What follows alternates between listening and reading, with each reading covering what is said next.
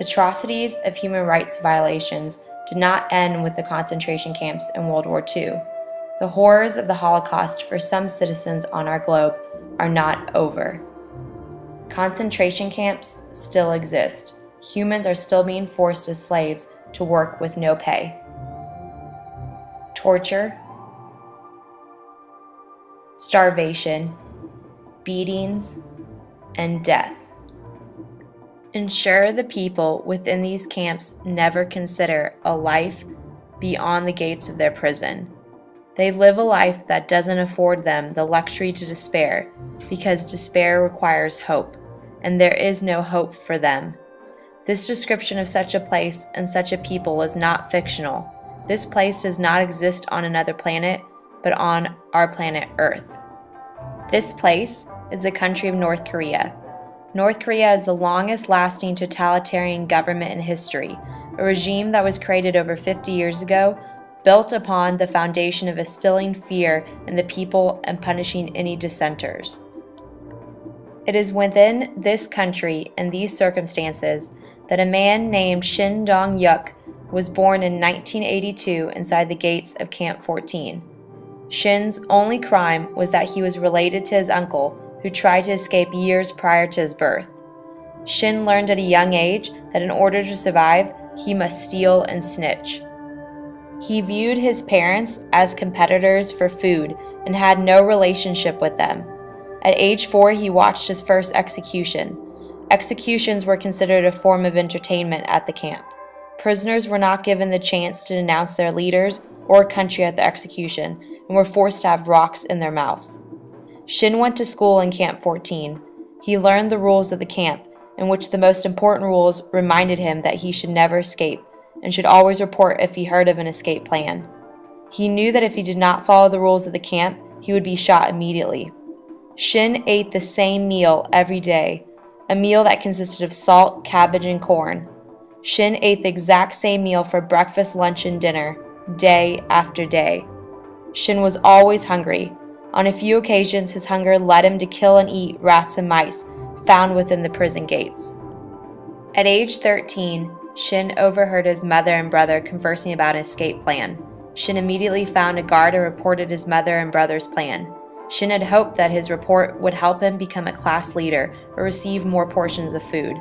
Instead of a class promotion or food, Shin was tortured. He was tortured because a guard was frustrated that Shin had not reported the news to him and reported the escape to another guard on duty. After being tortured and interrogated, Shin was left in an underground prison for 7 months. He then was taken out of the prison and forced to watch the hanging of his mother and the shooting of his brother. Shin did not even want to look his mother in the eye because he hated her. He hated that she had even thought to escape and break the rules of the camp, and he hated her for causing him to be tortured.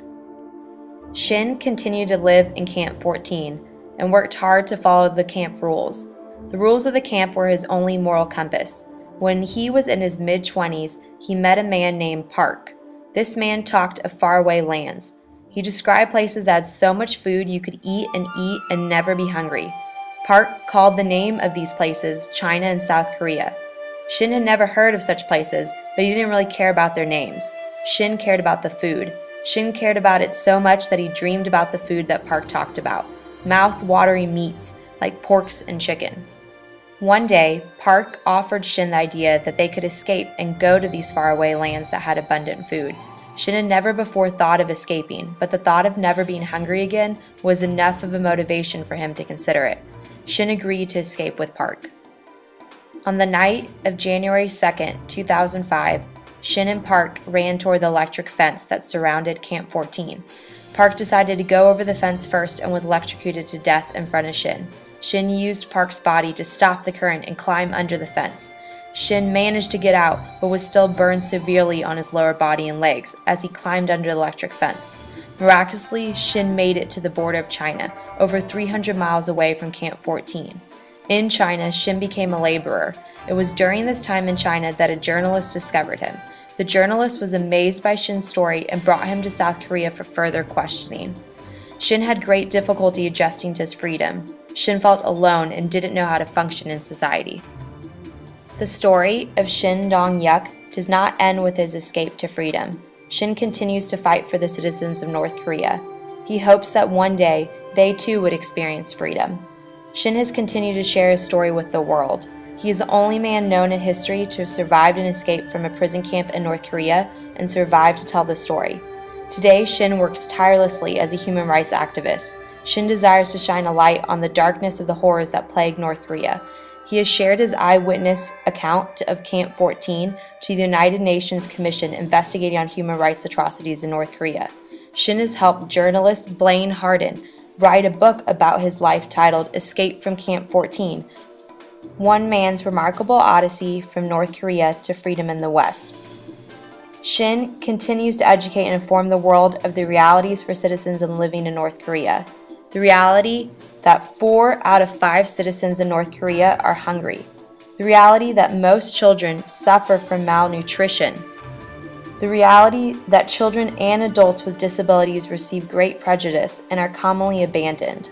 The reality that it is common for wives to be beaten by their husbands and for the police and government to not intrude because they believe it is a family's private business. And the reality that prison camps in North Korea have been expanding. There are over 5 camps with 150,000 prisoners in each of them. Despite all of the trauma, torture, beatings, and abuse Shin experienced for 24 years, Shin is still a fighter. He fights for freedom. He knows one day the dictatorship that has ruled North Korea for so long will come to an end, and the citizens of North Korea will know true freedom. Shin says, "When I was in the camp, I don't remember crying so much. Even when my mother and my brother were executed, I didn't shed too many tears. But now, for example, when I see videos of the Holocaust, it moves me to tears. I think I'm still evolving, from an animal to a human."